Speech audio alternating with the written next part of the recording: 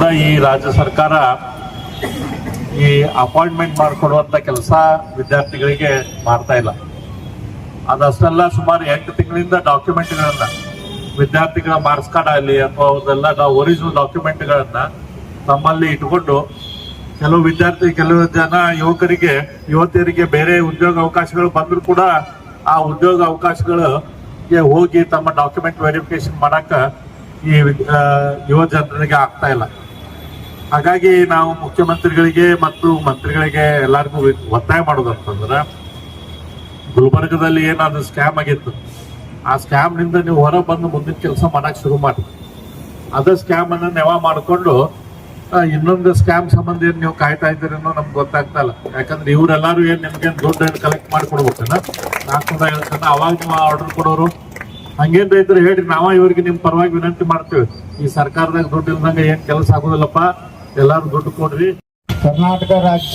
ಅಖಿಲ ಕರ್ನಾಟಕ ರಾಜ್ಯ ವಿದ್ಯಾರ್ಥಿಗಳ ಸಂಘದ ವತಿಯಿಂದ ನಡೀತಿರುವಂಥ 402 PSI ಆದೇಶ ಪ್ರತಿಗಾಗಿ ಇದು 2ನೇ ಬಾರಿಗೆ ಈಗಾಗಲೇ ನಮ್ಮ ಈ ಒಂದು ಸಂಘಟನೆಯ ಕಟ್ಟಪ್ಪಗಳು ನಮ್ಮ ನಿವೃತ್ತ ಸೈನಿಕರು ಅವ್ರು ಹೇಳದಂತೆ ಇನ್ನೇನು ಒಂದು PSI ನೇಮಕಾತಿಯಲ್ಲಿ ಆಗ್ಬೇಕಂತ ಎಲ್ಲ ಪ್ರಕ್ರಿಯೆಗಳು ಮುಗಿದಿವೆ.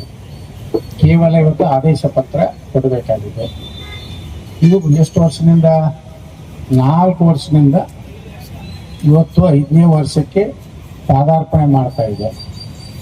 ಆದರೆ ದುರ್ದೈವೇನೆಂದರೆ ಈ ಸರ್ಕಾರ ಇರ್ಬೋದು, ಹಿಂದಿನ ಸರ್ಕಾರ ಯಾವ ಮುಲಾಜಿಲ್ಲ.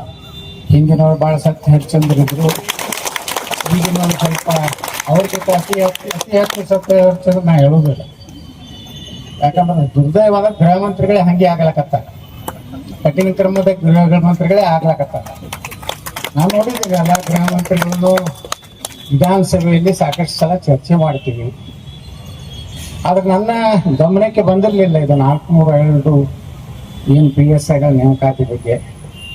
ಇಷ್ಟು ಮಾತ್ರ ಹೇಳ್ತಾ ಇದ್ದೀನಿ, ನಾಳೆ ಬಹುಶಃ ಆಗಸ್ಟ್ 11ರಂದು ನಮ್ಮ ಅಧಿವೇಶನ ಪ್ರಾರಂಭ ಆಗ್ತಾ ಇದೆ. ಅಲ್ಲಿ ನಾನು ಸರ್ಕಾರವನ್ನು ಗಮನ ಸೆಳೀತೇನೆ.